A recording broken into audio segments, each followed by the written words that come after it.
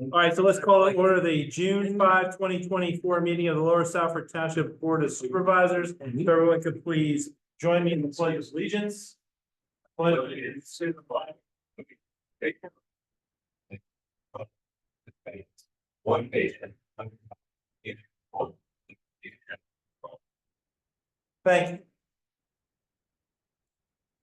That brings us to our first public discussion period of the evening, or two, one at the beginning of the meeting, one at the end. Is there anyone wishing to be recognized?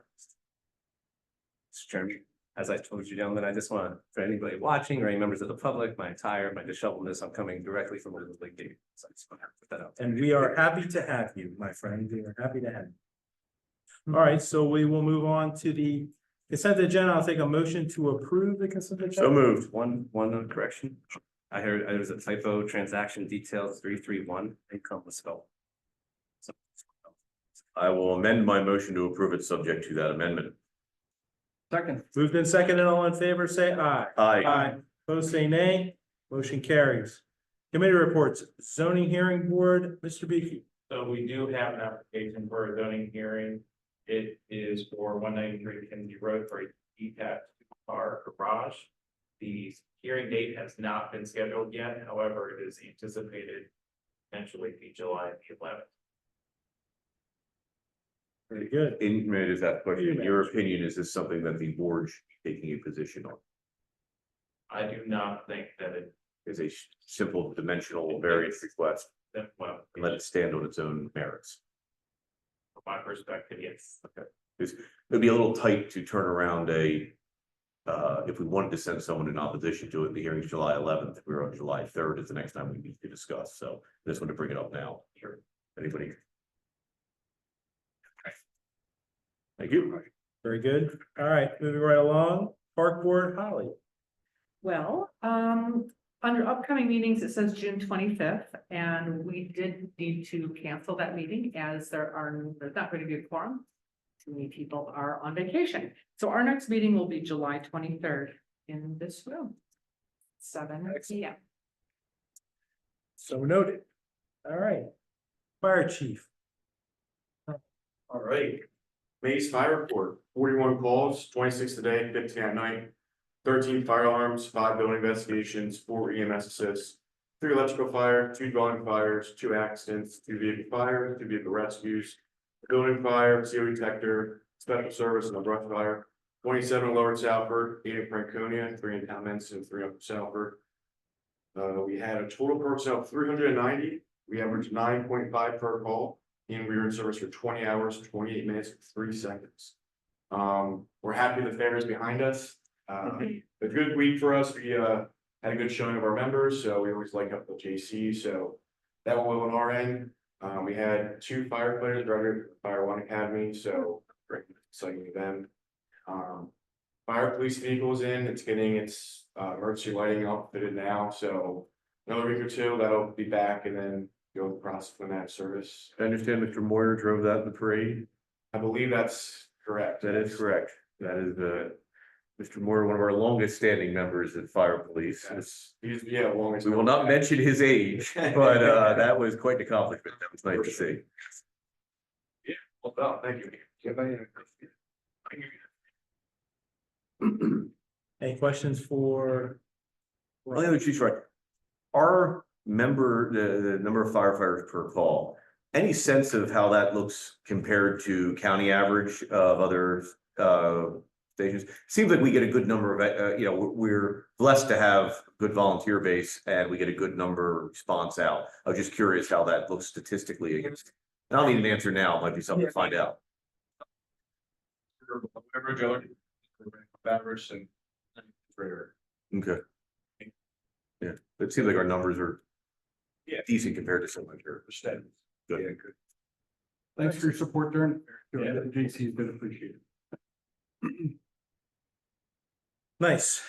Freedom Valley Medical Rescue. We have Michael, I'm gonna Gurish here tonight to make that report. This is the April report.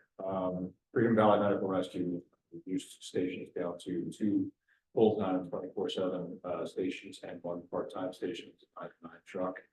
As you can see on the hours of current station, roughly 90%, 90 to 95% of the time, with included sick outs and vacations. The entire company ran 356 calls, or dispatched 356 calls, 376 proper, which is Harleysville, 161 dispatches. Covered dispatches was 70 that we covered into other locals, which is listed. Honestly, the main ones that are going to be Plymouth, Skippack, BMSC, Lansdale, and Upper Perkiomen. Our dispatches in were 74, and that was from Plymouth, Skippack, BMSC, and Upper Perkiomen. We also participated in the Air Days. That was a good time. Everybody enjoyed it. Like Chief said, everybody's helping out with that. Along with that, we also have our summer EMT, our training institute has our summer EMT program wrapping up. As of right now, we have 60 students signed up with the program. That's great. Yeah, so they just graduated their AEMT class several days ago. They're getting ready to test. One of our staff members is getting ready to go test and will be funded up to the AEMT level. Terrific. And then any questions? Yeah. Thank you for coming tonight. Good to see you. Thank you. Appreciate it. Absolutely. Yeah. All right, Communications Committee, Kevin. Thank you, Mr. Chairman. Sure. As I told you all last time, we were finalizing our welcome letter and our welcome packet that is finalized, and we're looking forward to getting them out soon. We also, over the last month, we reached out to our residential facilities for the possibility of future off-site meetings. So not all residents can make it here, and similarly to the park board when they go out there, so that residents can reach those meetings. So we look forward to following up with that. Most of the residential facilities that we spoke with, there was no negative. We didn't reach everybody, but everybody who we did reach was very excited at the idea, if they had the means to support it.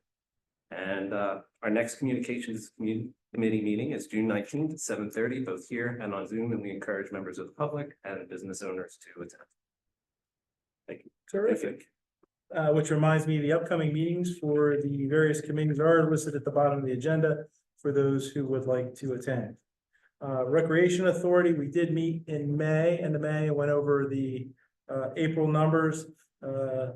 Golf course overall is doing well. We actually, as part of our May meeting, toured the course, and it is in terrific shape, frankly. The weather has been cooperative, so as long as the weather's nice now, we get a lot of play. So that's the good news. So it's holding its own. All right. No unfinished business this evening, so we'll move on to new business. We'll take a motion to approve component 1 planning module for 785 Pressman Road, which is a 3-lot subdivision.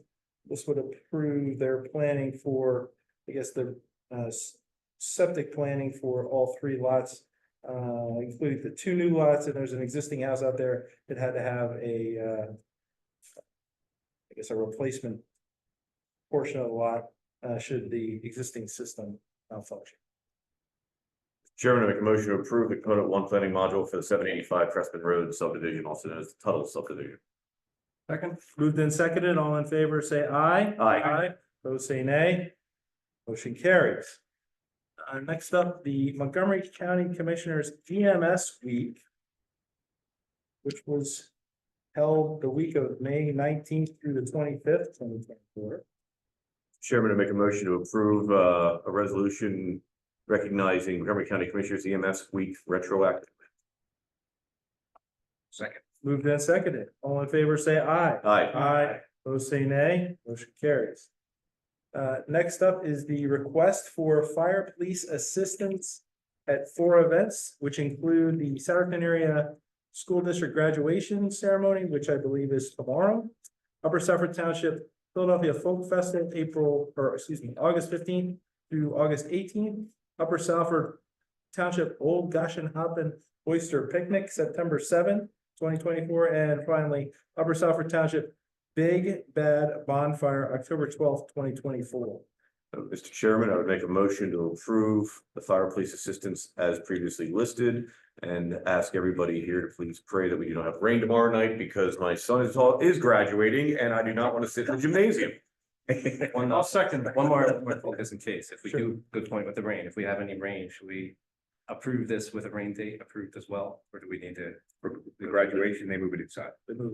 For any of the others? I would amend my motion to allow for the adjustment per any rain date. Second. Moved and seconded, all in favor, say aye. Aye. Opposed, say nay. Motion carries. Finally, ordinance number 2024-03, which is the authorization to advertise solicitation ordinance amendment. Mr. Chairman, I would make a motion to authorize the advertisement of the solicitation ordinance amendment.